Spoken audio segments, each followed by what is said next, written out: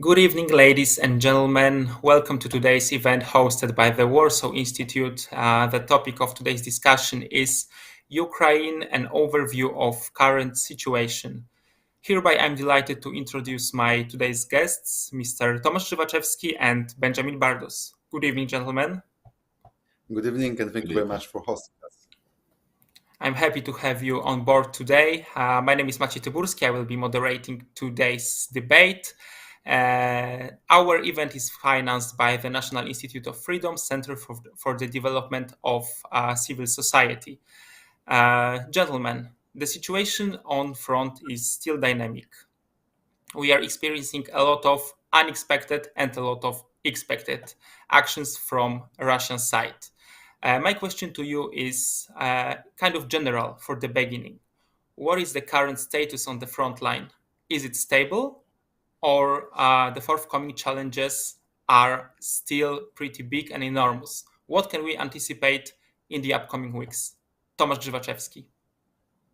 Thank you very much for the questions. And we used to say that there is a stalemate on the Ukrainian front line. This is like the key word that is present in most of the analytical pieces and media coverages for the past months or even the year.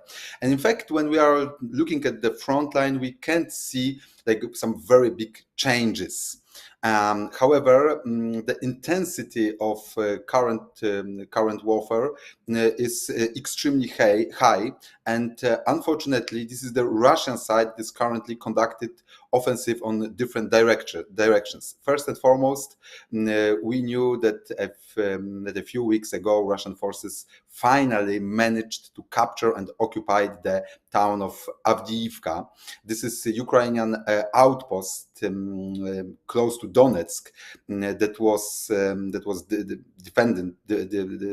defended by Ukrainian since 2014, and this was first big change. And at the present moment, Russian forces are pushing forward to the west, close to the towns like Berdichi. They also captured the village of Orlivka, and they are trying to move forward. Another direction where the situation has been changing, it is on the outskirts of Bakhmut, where Ukrainian forces are currently fighting in the city town, maybe I'd say, the town of Chesiv Yar. This is the town that is strategically located on the hills. And Russian forces are right now trying to capture it. I think we can already say that we are observing the Battle of Chesiv Yar, and the pressure there is mounting. And the problem is that like around half a year ago, we observed some kind of balance between Russian and Ukrainian forces. And during the past half a year, this balance has changed in favor of Russian invaders. Ukrainian forces are running low on artillery munition. They are also running low on anti-aircraft and anti-missile systems. This is the reason why Russian aircrafts are way more active than they used to be, let's say, last fall. So there are very heavy bombardments of Ukrainian positions in the front line, and apparently Ukrainian forces don't have enough anti-aircraft systems to protect their infantry, to protect their ground forces. Moreover, Russians are conducting massive airstrikes against Ukrainian critical infrastructure all over the Ukraine. The last one, during the last missile strikes, Russians hit targets not only in eastern Ukraine but also in western Ukraine, and also next to in the vicinity of Kiev. And during this missile attack, the Tripilska thermal power plant near Ukrainian capital was almost completely destroyed. This is the largest energy facility near Kiev. which capacity exceeded the pre-war needs of Ukrainian largest city. And this thermal power station was, according to Ukrainian officials, almost completely demolished. It can't be rebuilt in foreseeable future.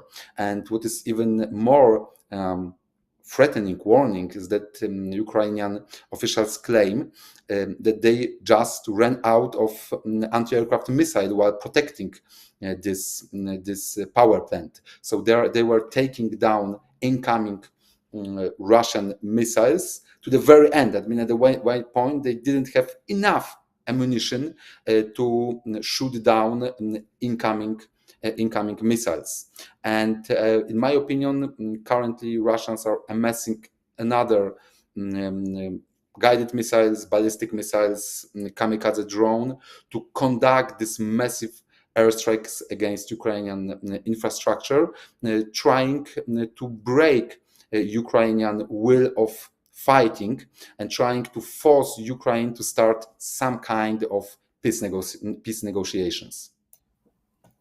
Thank you very much. So, as you've mentioned, the situation is still quite dynamic and more offensive from Russian side recently.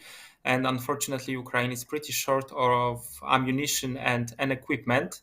Now I'm addressing the same question to Benjamin Bardos about the situation on the front line and potential outcome of upcoming weeks. Please, Benjamin, the floor is yours. Thank you. First of all, I completely agree with everything that my colleague said, and I will build upon that. So, first of all, when looking at the Russian offensives that are currently taking place, namely out of Marinka, which was newly captured, or on the outskirts of Bakhmut or Novovasiliivka, what we can see is that the Russians fail to exploit the breakthroughs that they create. So that means large-scale mechanized advances won't be the future that we will be currently experiencing, and especially due to the rainy season that's about to come.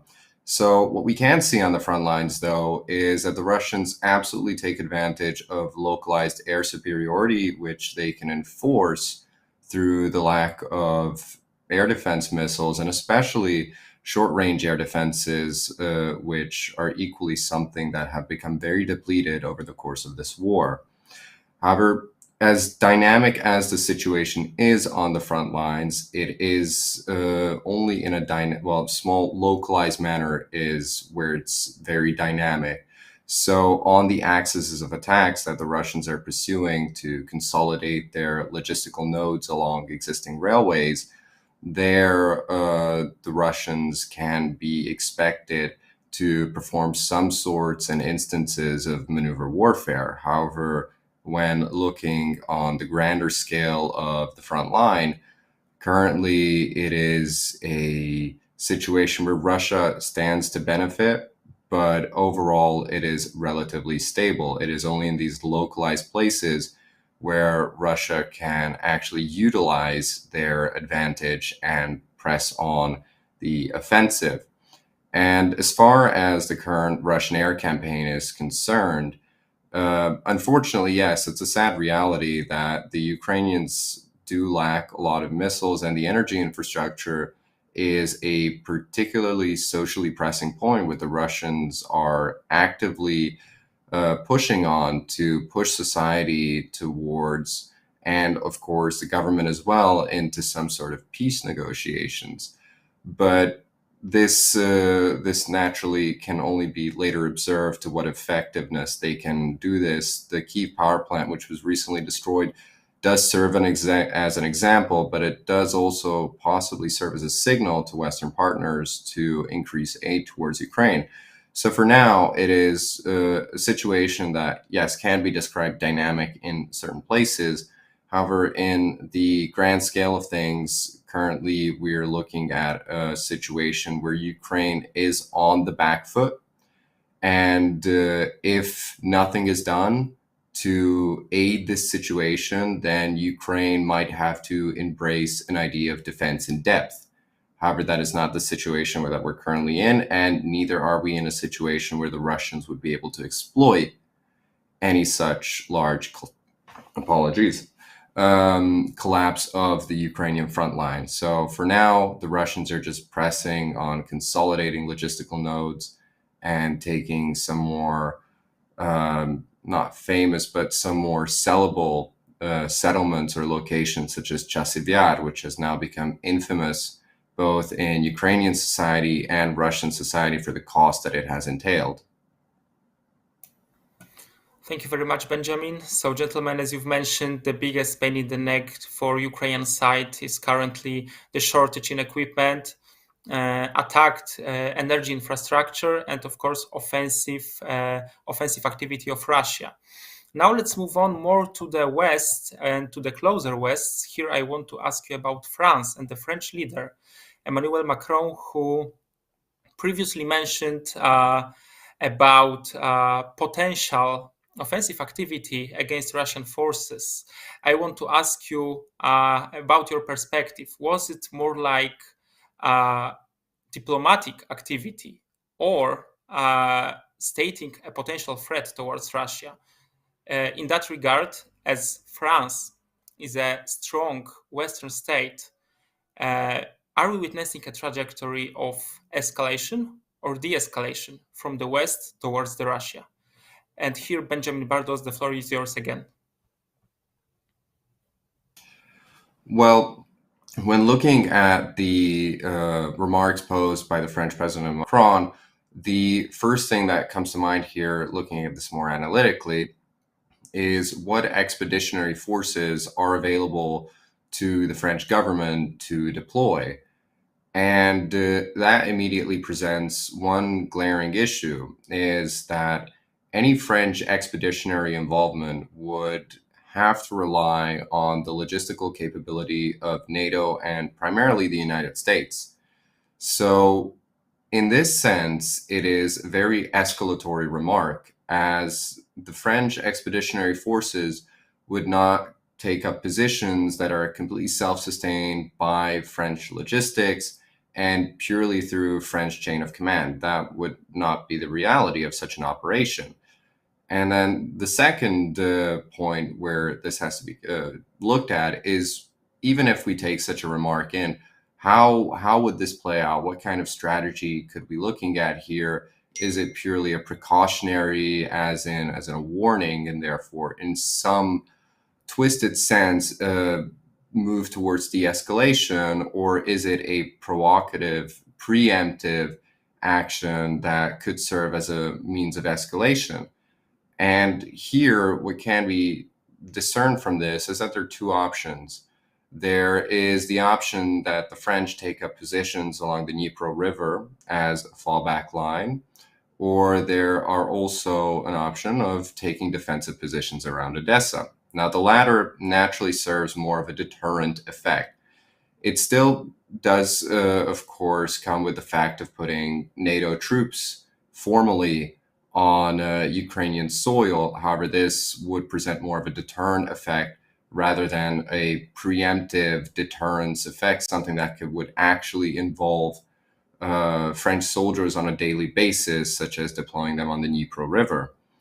So therefore, it depends on the plans, what the French government wishes to embark on, if this can be seen as an escalatory or a de-escalatory. However, looking at it in an absolute term, given the current state of affairs in geopolitics, both in Europe and globally speaking, such hawkish remarks can serve to de-escalate the situation in such an overblown and desensitized information environment that we are currently in.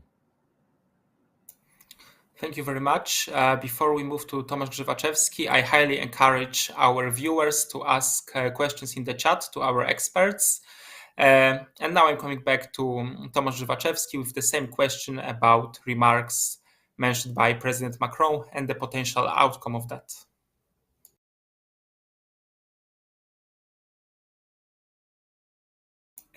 Excuse me, Tomasz, we cannot hear you. I'm sorry. So I fully agree with Benjamin said before, and I also would like to add that, in my opinion, French president is trying to make an advantage of the situation when there is a stalemate in the US Congress. Maybe it will change this week, because it is worth mentioning the Speaker of the House Representative, Mike Johnson, announced that probably this week congressmen will vote over the bill, including the support for Ukraine. However, they're gonna probably, or is almost certain that they will vote separately on the support for Ukraine, Israel, Taiwan, and I think bill including TikTok. So we don't know the outcome of these votings in American Congress. However, the France that always wanted to be the leader of European security, I think, is taking the advantage and trying to show itself as a powerhouse of building independent European strategic architecture. And to do that, France needs to support Ukraine. However, I think we need to wait for the outcomes of these declarations. I can't see any NATO soldiers fighting in Ukraine. This was a very controversial statement by President Macron. However, in my opinion, it won't happen anytime soon. It might be also the part of trying to exert pressure on Moscow to change its policy, not to escalate the conflict. So it's going to be like the strategy of de-escalation by escalation. I am afraid that Moscow is totally unwilling to change its strategy. I mean, Russia wants to push forward and, if necessary, escalates the conflict. By escalation, of course, I don't mean using nukes, because very often I get the feeling that in a public discussion when we are talking about the escalation, everyone says, okay, Russia, what escalation can it be? Russia will not use nukes. Yeah, I fully agree. Russia will not use tactical nuclear weapon. However, we can observe some movements in Russia, like rising the number of conscripts, that may mean that in let's say 3 months, maybe half a year, there will be capable, if necessary, to start to open another front line. So to start another offensive on a different direction than Donbas in southern Ukraine. For instance, in a Kharkiv region, or more probably the region of the city of Sumy. This is the city in northeastern Ukraine. It will not happen soon, like, I don't know, in a few weeks, but let's say late summer, maybe fall, if necessary. I think Russia will be ready to try to start another direction of offensive. So, despite the declarations from France, we need to see like the real support. We know about the artillery ammunition coalition that is led by Czech and European countries offer to contribute to providing Ukraine with about 2 million of shells. Recently, Germany declared to support Ukraine with 180,000 artillery shells, exactly by this Czech initiative. However, it is still, even this ammunition is still not enough. And I got the feeling that what President Macron said is like a part of the broader problem with NATO strategy of deterrence. It also concerns the US. I mean, because the strategy of deterrence is very often based on diplomacy. So saying, don't do this, because if you do, you will suffer harsh consequences. The problem is that, in fact, the aggressive states like the Russia hasn't suffered enough punishment. So this deterrence, these words of deterrence seem like quite a void declaration. I can maybe it's a bit different topic, but when we are looking at situation with Iran and recent missile strike on Israel, I think this is, we don't know, of course, if there's going to be escalation in the Middle East or not, doesn't matter. But the pure fact that Iran decided to start a massive missile strike shows that Tehran doesn't care about the red lines or this deterrence of Western countries, because the US was telling Iran, don't do this. And finally, Iran decided, okay, we can try, because probably the US is not determined enough to start a massive retaliation. And in fact, Tehran was right. The US, after the missile strike, announced it will not support Israel in any retaliation against Iran. And here it can be the same. If we are saying only to Russia, don't do this because we are supporting Ukraine, etc., but we are not punishing Russia, it means dissidents sitting in Kremlin are thinking, okay, they are talking, okay, they are providing armaments, they are providing ammunition, but it's not the support is not enough to let Ukraine win this war. It's quite the opposite. Currently, this is the Russia that is prevailing side. Of course, it doesn't mean that they're gonna break the front line in 2 months. They are capture, entire eastern Ukraine. However, they can conduct these military actions for months. Russian economy has already been switched towards war mode, so they are ready to gradually exert more military pressure. And the whole deterrence strategy of Western community, including France, Germany, and the US, unfortunately occurred to be purely unsuccessful. It just doesn't work. And I am also afraid that Western societies are not currently willing to support more effort, like also economic effort, of their countries that are absolutely indispensable if we would like to massively support Ukraine in long term. Russia is in a war mode. Western countries are still in this peaceful mode.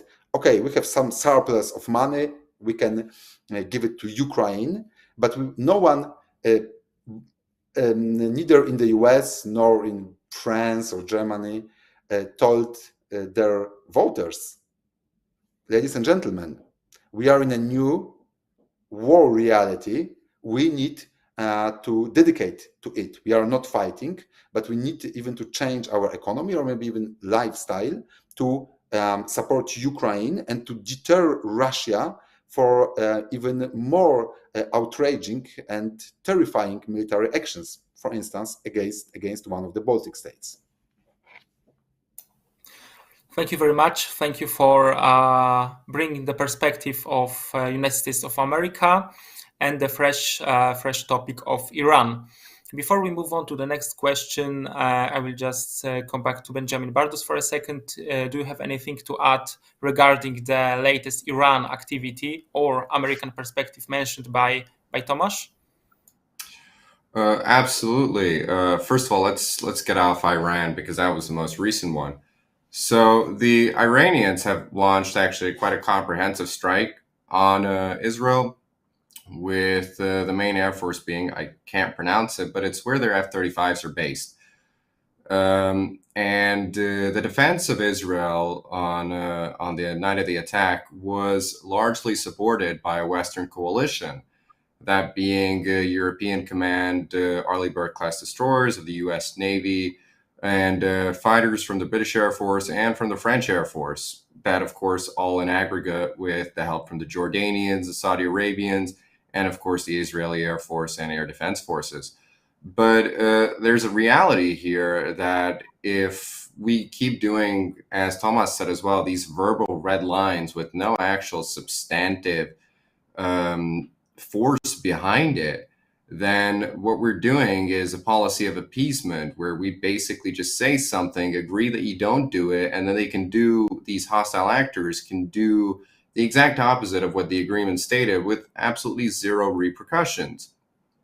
Now, just drawing on a purely historical example, back in the 90s, responding to Iranian aggression, their entire navy was destroyed, in addition with their offshore oil platforms. The current deterrent strategy of the United States is one of an isolationist and uncommitted reality, where this idea of guns and butter, which is often brought up in Europe as well, albeit not in the same context, but is continuously brought up, where the lack of willingness to commit to a reality in which this can be something that we need to commit to in the long term in order to stop actors like the Russians, the Iranians, and stop the Chinese from aligning with this axis. And naturally, this requires certain sacrifices, such as investing more in the military industrial base, whether that be actually committing to a standard budget to maintain and expand the force capabilities of European member states, which has steadfastly declined ever since the end of the Cold War, with the perfect example of it being Germany. So this is a reality that I 100% agree with, that we need to engage with, and especially now with Russia. The first and foremost example that comes to my mind is the dispute around the legitimacy of targeting Russian energy infrastructure, which came to dispute in a congressional hearing in the United States. It is exactly this type of uncommitted support and this diplomatic hustling to the left and the right that prevents, in this case, acutely Ukraine from inflicting the cost that needs to be felt by aggressor nations in order to deter and actively thwart their hostile intentions. Thank you very much. Thank you, gentlemen, for going to the Middle Eastern topic, as it's a pretty important and very fresh topic now. We have a question from chat. I will address it to you now. Good evening. If Russia turns its economy into war mode and not gonna fall down, what are the Ukraine or NATO options now? Is Ukraine somehow ready for losing war now? Tomasz Grzywaczewski. This is very important questions. Thank you very much for that. And I think that right now Ukraine is not ready to lose the war. I mean, the will of fighting is still paramount. And I think it's also important, however, to mention that in past 2 weeks, finally Ukraine changed its mobilization bill. First of all, Volodymyr Zelensky finally lowers Ukrainians' draft age from 27 to 25. This is a pretty profound change. Like the first legislation lowering this draft appeared in May past year, but it was signed by Zelensky, I think, April 3rd, if I'm not mistaken. So presidential administration was waiting almost a year to lower this age, because Ukrainian state was trying to protect young people who are important for Ukrainian economy from going to the army. Now it has changed.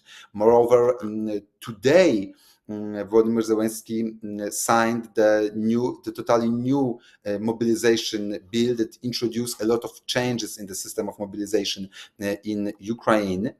What is quite important, finally, from this bill, they removed the paragraph saying that the soldiers fighting for 3 years can be released from military service. This paragraph was removed at the very end of the proceeding of this bill. It is highly controversial in Ukraine. I talked with some soldiers who are fighting, who have been fighting in Ukraine for actually 2 years, and a lot of them are willing, like, to come back home. I mean, if you spend 2 years in the front line, you are just tired. You're also not very effective.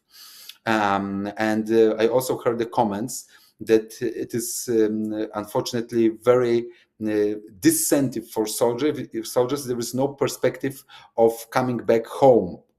And currently, it means that there is no any time limit of soldiers when they are going to the army, or how long they're gonna spend in the trenches. But it also means that Ukraine needs more soldiers on the front line. They need more manpower in the front line, and still the policymakers are determined to provide the Ukrainian army with appropriate enough number of soldiers. And society is still supporting this politics. It means that Ukrainian people want to fight. However, it of course can change, and I also think that that in general the situations will deteriorate. I mean, the Ukrainian people are going to be more and more tired of this war, and this is absolutely normal. Anyway, I am besides that, I am absolutely impressed with the determination of Ukrainian soldiers to fight for their independence, to fight for their homeland, to fight for their freedom. Because, as I said, there are multiple cases of soldiers who are there for 2 years trying to fight and trying to survive in one of the most hellish places in the world. Yes, but if the situation will deteriorate, if there won't be enough support from NATO countries, maybe Ukraine will be forced to revisit its policy, and this is what Russia is willing to do. Recently, Polish expert Marek Budzisz claimed that Russian strategic plan is to finish this war this year, so that they will try to exert enough military pressure to force Ukrainian government to start ceasefire negotiations before end of 2024. It doesn't, of course, mean that it will happen, but this might be the plan that is currently the best scenario in Russia, and Russia may perceive this scenario as the feasible one. I am pretty sure that Ukraine will be determined to fight longer. From my conversations with Ukrainian soldiers, from what I've observed during the past 2 years, I can say that determination is extremely high. However, unfortunately, the problem is also that when there is one victory gives you the power to fight and to achieve another victory. And the last Ukrainian victory that you can claim, it was victory. It was liberation. It was liberating Kherson. It was November 2022. So it was year and a half ago. Since that time, we observed, unfortunately, failed Ukrainian counteroffensive that costed thousands of soldiers life and another thousands of soldiers being seriously wounded, losing their limbs. Ukraine also lost a lot of equipment. So we can't see the victory, and what's even more frightening, we can't see the clear perspective of the victory in foreseeable future. So, and we also observe that Ukraine is preparing for the defense, not for the offensive actions, but for the defensive actions. So it is also very reasonable. I mean, Ukrainians are feeling the pressure from Russians, so they are building trenches, bunkers, not only in the front line, but also, for instance, in the north, trying to be prepared for this potential new Ukrainian offensive on the direction of Kharkiv or Sumy region. So unfortunately, the situation is not very positive. There is some kind of decline. It is very slow, but it is steady. And this is exactly what war of attrition means. And in my opinion, Russians were prepared, started preparing for this war of attrition around October 2022. At that time, they knew that it will be a long war, and they need just to destroy Ukrainian military manpower, military capabilities, and economy. And Western hasn't realized that Russia is truly dedicated just to destroy Ukrainian potential. Thank you very much. Very important topic you've touched here regarding the potential Russian plan to end the war technically as soon as possible, which may come from this war mode and turning economy into this war mode. And now let's move to Benjamin Bardos with the same question from the chat. What if Russia fully turns into this war mode and not gonna fall down? What are the options, both from the West and from the Ukrainian side? Well, looking at the Russian war economy as it is, the main aces that the Russians possess right now is an advantage in sheer artillery tubes, and their absolute trump card is the VKS, their Air Force. Uh, until the last half year, Ukrainians were able to significantly contest the airspace, not with tangible aerial assets like airplanes, but through their sheer missile defense capabilities and basically creating aerial denial effects, both in a naval sense, what they've done very well, but also in an aerial sense. And now, with the course of this war, what we've seen, and this was very well observable in battles of Avdiivka and the gradual grinding advance of the Russians in Chasiv Yar, is that the Russians are absolutely pummeling the Ukrainians with their Fab glide bombs. They've been absolutely unrestrained in using their Fab 500s. They've even used the thermobaric version of them, and they have restarted a production line on the 1000 and 1500s. What this is indicative of is that the Russians are embracing a conceptual idea of strategically bombing Ukraine. Naturally, from the Russian perspective, this has its advantages, as through pure superior firepower, they can get a much greater return on their investment into the military industrial base. And therefore, so this is the consequences of Russian complete war industry mode. And therefore, how does this translate to Ukraine? Well, it translates into one of two things. First of all, the most blatantly obvious one is that the course that Western aid will take with regards to supporting Ukraine, especially in crucial areas such as infantry fighting vehicles, short range air defenses, and theater air defenses, such as the Patriot systems and supplying adequate ammunition to them, and especially another commonly overlooked area of Western aid towards Ukraine is counter battery fire and the assistance to allow Ukraine to do that. That requires special systems to be able to accurately execute counter battery fire. And naturally, in order to be able to do that, you need to be protected from the air so you don't have a Russian jet just taking out a mobile SPG. Because then the entire strategy of Western doctrine collapses. And that's the danger that Ukraine faces. So until now, I mean, there's a vote in Congress. Hopefully it will go well in Ukraine's favor. But in the event that it does not, as Ukraine has already done, it is embracing the concept of defense in depth, because until now, Russia has been constrained to relatively small territorial gains compared to the investment that they've made in order to expand their gains. And therefore, what the Ukrainians have, it's a politically unstable and not necessarily advisable path to do so, but from a purely military perspective, they have territory they can trade and bleed out the Russians. Because currently, what the Russians are doing is that they're exploiting the fact that they're exploiting Ukraine's unwillingness to yield, the not one step back idea. They're completely exploiting that and forcing the Ukrainians into battles, which currently, without the Western aid, Ukraine simply cannot afford to do, but it has to do.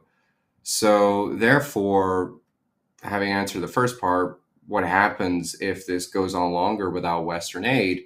Well, then Ukraine needs to embrace a much more consolidated semi guerrilla warfare, where in falling back in organized manners, the aim would be to inflict extraordinary casualties on Russian mechanized formations, which is usually what they doctrinally do in it advances, as can be seen with the plethora of videos of Russian mechanized assaults.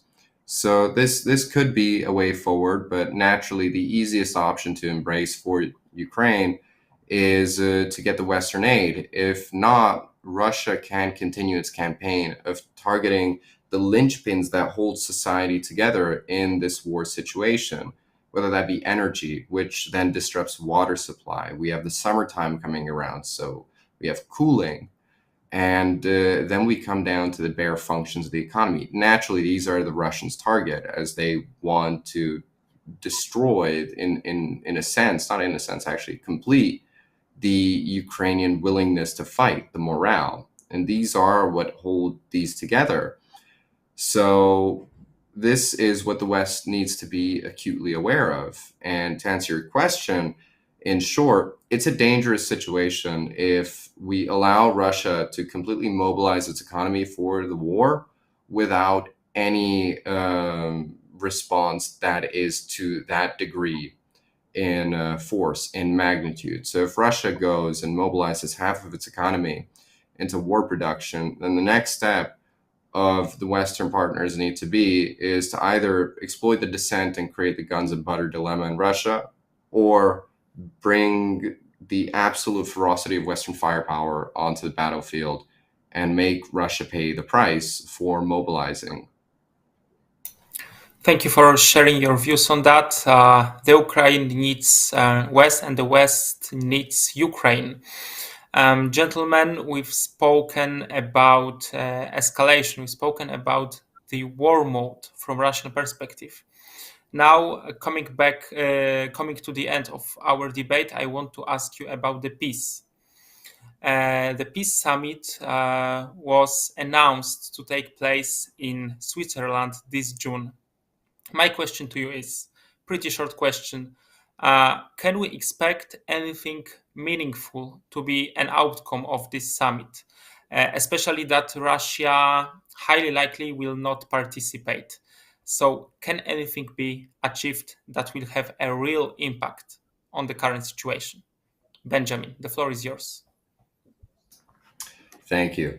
Well, as we've seen, Ignacio Cassis from the Swiss, the defense minister, has, apologies, not the defense minister, the foreign minister, but has traveled to China in order to so-called market this peace conference. It is trying to gather an international audience in which they can implicitly force Russia to participate. But naturally, the biggest question, as the Swiss have said themselves, without Russia, there is no peace conference. So it all comes down to, are the Russians going to participate? And with this, there are two short points that can be made. One is yes, and if that is a yes, then probably the Russians will throw even the kitchen sink into the war in Ukraine and try and squeeze the state as much as possible in order to have the best leverage and the most leverage in a possible discussion or negotiation. However, if not, then there are ramifications for that, namely that diplomatic dialogue in this sense has failed to bring Russia into a negotiating position. And this will set a precedence in the international community that there might not be a diplomatic solution. It does not exclude one, but it does definitely instill this precedence into the international community. And well, yeah, it just comes back to the same question: is Russia going to participate or not? And that's unfortunately the million-dollar question. The only ways this can be looked at it is how Russia might act if they are going to follow a certain course of action, whether that be yes or no. Thank you very much. Exactly, this is $1 million question. Is Russia going to participate, and how will Russia behave? Now coming to an end, let's hear the view of Tomasz Grzywaczewski on the topic of Peace Summit in June in Switzerland. Thank you very much. And answering to the question if this Swiss summit can provide us with any positive outcome, I mean, any kind of peace, I think that the simple answer is like no. No, because to the full extent, I agree with what Benjamin said. The question is about Russian engagement, and I think Russia won't be interested in any peace negotiations right now because there is any legitimate reason. This is the Russian side currently that is conducting the offensive. They are gradually destroying Ukrainian army. They are destroying Ukrainian infrastructure.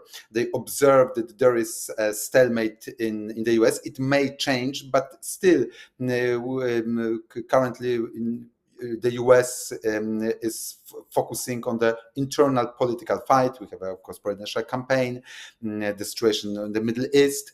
So from Russian point of view, the situation, the time works for Russia, not for Ukraine. Moreover, we are inside Russia. We are observing the consolidating of power around Putin and his inner circle. So last year, during the Prigozhin mutiny, the media and experts widely discussed the possibility of some kind change in power in Russia, or maybe in the fragmentation of Russia. It didn't happen, and it won't happen in any predictable future. It is rather opposite. There is no opposition within oligarchs in Russia. There is, of course, no democratic opposition. Navalny was killed to send a signal to society that any kind of opposition will be totally destroyed. Elections, so-called presidential elections, were partially fraud. However, the scale of this fraud is because I think there is, of course, a wide support for Putin, but I don't think it's almost 90%, as the outcomes of the election show. But also the outcomes of these elections for Putin was the highest in the history. So I think that Putin would like to show by these elections that the entire society is supporting his policy, and also opinion polls depict that in general Russian people are in favor of war in Ukraine. So the power in Russia is consolidated. The economy is in a war mode. The Western countries are more and more divided. I mean, I'm talking about the split between the Europe and the US. So the time is working for Russia. No incentives to start any negotiations. Of course, Russia would like to achieve a peace, but peace on their own terms.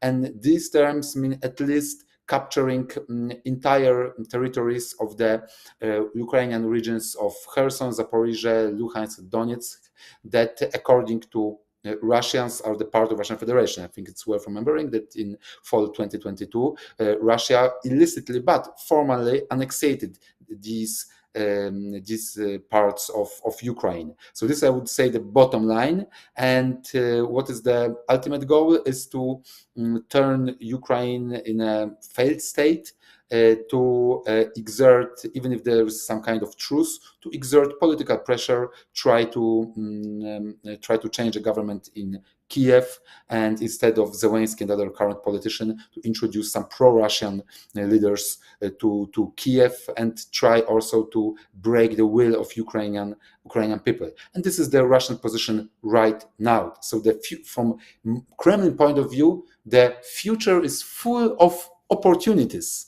Let's go and try to take them. And right now, sitting and negotiating over some peace, come on, it's not an opportunity. It's not a right time.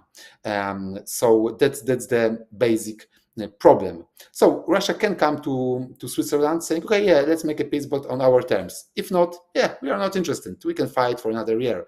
No problem for us. What about you guys? Thank you very much. This is not an optimistic scenario, whereas it's a realistic scenario. As you've mentioned, the time works for Russia, and if peace, only on Russian terms. Gentlemen, hereby, I'm really grateful for your participation today. Thank you for sharing your really interesting insights with our viewers. And of course, thank you to our viewers for following today's event.